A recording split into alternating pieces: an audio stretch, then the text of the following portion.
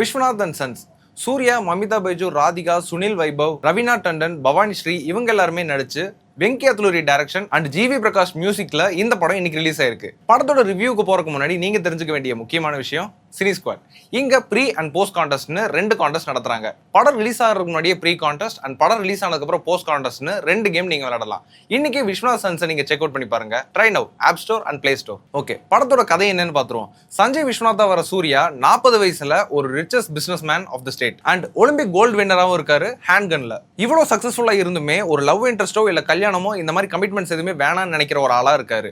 இந்த மாதிரி சமயத்துல தான் மேடிங்கிற வர மமிதா பைஜுவும் மீட் பண்றாரு. நெக்ஸ்ட் சூர்யாவோட அம்மாவா வர ராதிகா சூர்யாக்கு ஒரு நல்ல லைஃப் அமைச்சு கொடுக்கணும், அவரும் அடுத்த வாரிசு எடுக்கணும், இந்த மாதிரியான பிளான்ஸ் எல்லாம் சூர்யா கிட்ட சொல்லும் போதுமே ராதிகாவுக்குமே அவங்களோட லைஃப் என்ன மாதிரி சிச்சுவேஷன் போச்சு, அவங்க மேரேஜ் என்ன மாதிரியான காம்ப்ளிகேட் ஆச்சு, இந்த மாதிரி சமயத்துல மமிதா எந்த மாதிரியான சிச்சுவேஷன்ல இவங்க ஃபேமிலிக்குள்ள வராங்க, இவங்க என்ன மாதிரியான இம்பாக்ட் கிரியேட் பண்றாங்க அண்ட் சூர்யாவோட குழந்தை இந்த கதைக்குள்ள என்னவா பிளே பண்ணுது, இந்த மாதிரி நிறைய கொஸ்டினோட ஆன்சர் ரிவீல் பண்றது தான் இந்த விஸ்வநாத் சன்ஸோட படம். இந்த படம் அனௌன்ஸ் பண்ணதுல இருந்தே ஒரு தெலுங்கு ஃபேமிலி டிராமா தமிழ்ல எடுக்க ட்ரை பண்றாங்களோ அப்படிங்கிற கொஸ்டின் தான் இருந்துச்சு. ஆனா இதெல்லாம் மீறி இந்த படத்தோட டைரக்டர் வெங்கி அத்லூரி இதுக்கு முன்னாடி எடுத்த இந்த லக்கி பாஸ்கர் அண்ட் சூர்யாக்கும் கிடைச்ச பிளாக் பஸ்டரான கருப்பு இது எல்லாமே இந்த படத்துல ஒரு சின்ன எக்ஸ்பெக்டேஷன் கிரியேட் பண்ண தான் செஞ்சது. படம் பார்க்க போன ஆடியன்ஸுமே இதே எக்ஸ்பெக்டேஷன்ல தான் போயிருப்பாங்க. ஆனா படம் இது எல்லாத்தையுமே தப்புன்னு ப்ரூவ் பண்ணிருச்சு. என்னதான் செகண்ட் ஹாஃப்ல அந்த தெலுங்கு ஃபேமிலி ஃபிளேவர் அடிச்சாலுமே பட் படத்தோட ஓவரால் எமோஷன்ஸ், அதோட கனெக்ஷன்ஸ், இந்த சீன்ஸ், மற்றபடி சொல்ல வர ஐடியாஸ் இது எல்லாமே படத்தை வேற விதமா தான் பிரசன்ட் பண்ணியிருக்காங்க. நம்ம எதிர்பார்த்தது எல்லாத்தையுமே பிரேக் தான் பண்ணியிருக்காங்க. சூர்யா இந்த படத்துல ரொம்ப ஸ்டைலா ஒரு மேட்சோவான ஸ்கிரீன் பிரசன்ஸை தான் கொடுத்திருக்காரு. 40 வயசு ஆளுக்கான மெச்சூரிட்டி,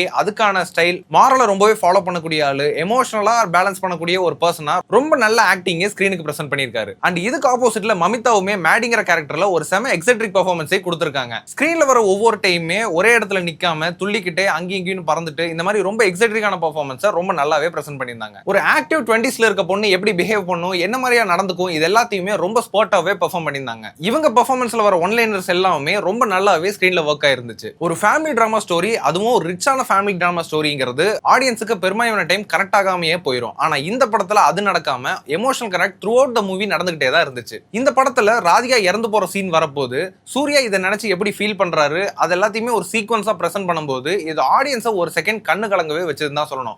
அந்த அளவுக்கு இந்த படத்துல எமோஷனல் கனெக்ட் ரொம்ப நல்லாவே ஒர்க் ஆயிருந்துச்சு. டிராமா கண்டென்ட் ஓரியன்டட் ஃபிலிம் எல்லாமே டயலாக்ஸை நம்பி தான் இருக்குங்கிறது ஒரு தியரி. அந்த மாதிரி சிச்சுவேஷன்ல இந்த படம் டயலாக்ஸ் எந்த அளவுக்கு முக்கியங்கிறத ரொம்ப நல்லாவே புரிஞ்சுக்கிட்டு அதுக்கேற்ற டயலாக்ஸே ரைட் பண்ணியிருக்காங்க. அண்ட் நிறைய சீக்வன்சஸ்ல படத்தோட டயலாக் ஸ்கோர் பண்ணிக்கிட்டே தான் இருந்துச்சு. எக்ஸாம்பிளுக்கு சூர்யாவோட கேரக்டர் மாரல் அண்ட் ஃபீலிங்ஸை தனித்தனியா பிரிச்சு பார்த்துக்கூடிய கேரக்டர், அது எல்லாத்தையுமே நீட்டா டயலாக்ஸ்ல பிரசன்ட் பண்ணது எல்லாமே ஒர்க் அவுட் ஆகும் செஞ்சது. அதுக்கடுத்து மமிதா அண்ட் ராதிகா பேசிக்கிற அந்த அத்தை மூமெண்ட் சீக்வன்சஸ் எல்லாமே ரொம்ப கிரிஞ்சா போறதுக்கான அதிக வாய்ப்புகள் இருந்துச்சு. ஆனா அது எல்லாமே எமோஷனலா மட்டுமே தான் நம்மளுக்கு கலக்கவும் செஞ்சது. தன்னோட ஓன் மாரல் சஞ்சுங்கிற கேரக்டர் எந்த அளவுக்கு பாதிக்குது, தான் ரெஸ்பான்சிபிலிட்டி எடுத்துக்கிட்ட குழந்தைய தன்னால் டைம் ஸ்பெண்ட் பண்ண முடியாம போற சிச்சுவேஷனை எப்படி சூர்யா மாத்திக்கிட்டு கொண்டு வந்தாரு, இந்த மாதிரியான கன்வர்ஷன்ஸ் எல்லாமே ரொம்ப நல்லாவே ஸ்கிரீன்ல ஒர்க் ஆயிருந்துச்சு. சூர்யான்னு மட்டும் இல்லாம மமிதா, ராதிகா, ரவீனா டண்டன் இவங்க எல்லாத்துக்குமே கேரக்டர் ஆர்க்கோட படத்தை பிரசன்ட் பண்ணி தான் செஞ்சிருக்காங்க. இந்த படத்துல நிறைய ஃபைன் லைன்ல இருக்கக்கூடிய விஷயத்தை ஹேண்டில் பண்ணிருக்காங்க. ஃபார் எக்ஸாம்பிள் சரகசி, ஏஜ் கேப்கான ரிலேஷன்ஷிப், செகண்ட் மேரேஜ், இந்த மாதிரியான காம்ப்ளிகேட்டடான விஷயத்தை இந்த படத்துல ரொம்ப ஈஸியாவே ஹேண்டில் பண்ணிருக்காங்க. அண்ட் அது அத்தனையுமே ஆடியன்ஸ்க்கு ரொம்ப புரியும்படியுமாவும் அட்ரஸ் பண்ணிருக்காங்க. இந்த படத்தோட மேஜர் பிளஸ்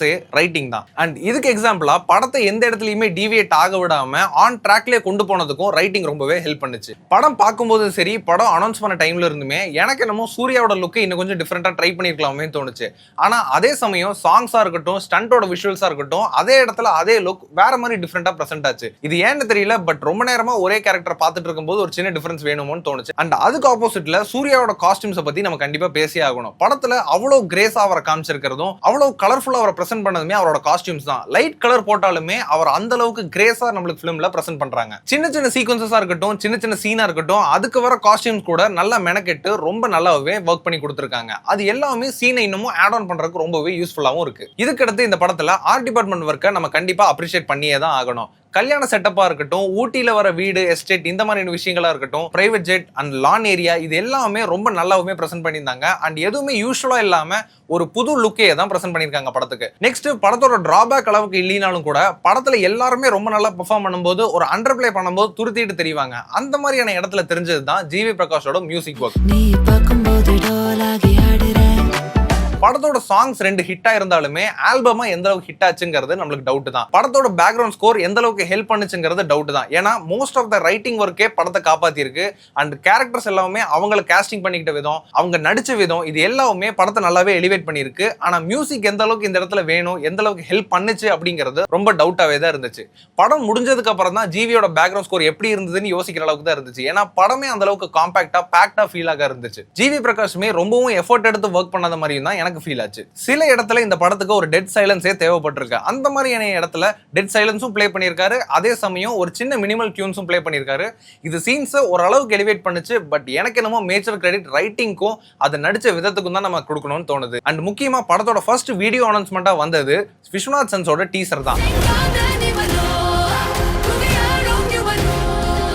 அதுல வந்து ஒரு மாசி ட்ராக், அந்த ட்ராக் ஏதோ ஒரு இடத்துல ஏதோ ஒரு ஸ்டண்ட் இடத்துல வரும்னு நான் எதிர்பார்த்துக்கிட்டே இருந்தேன் படம் முடிகிற வரைக்கும். அந்த கேட்சியான ட்ராக் படத்துல வரவே இல்லைங்கிறதான் இந்த படத்தோட உங்களுக்கு மேஜர் ஸ்பாய்லர். ஆக்சுவலா அந்த ட்ராக் ஆடியன்ஸ் கிட்ட நல்லாவுமே ரீச் ஆச்சு. அந்த படத்துக்கான ஒரு சவுண்டாவுமே அது பிளே ஆச்சு. ஆனா மத்த மியூசிக் டைரக்டர் மாதிரி ஜிவி பிரகாஷ் அதை யூஸ் பண்ணலைனாலுமே அந்த ட்ராக் ஏதோ ஒரு இடத்துல கொண்டு வந்திருக்கலாங்கிறது தான் என்னோட idea. Viswanath sons a complete family entertainer. கண்டிப்பா வீக்கெண்ட்ல ஃபேமிலியோட போய் என்ஜாய் பண்ணக்கூடிய ஒரு படமா தான் விஸ்வநாத் சன்ஸ் இருக்கு. ட்ரை பண்ணி பாருங்க. அண்ட் மறக்காம சினி ஸ்குவாட் சேனலை சப்ஸ்கிரைப் பண்ணிக்கோங்க.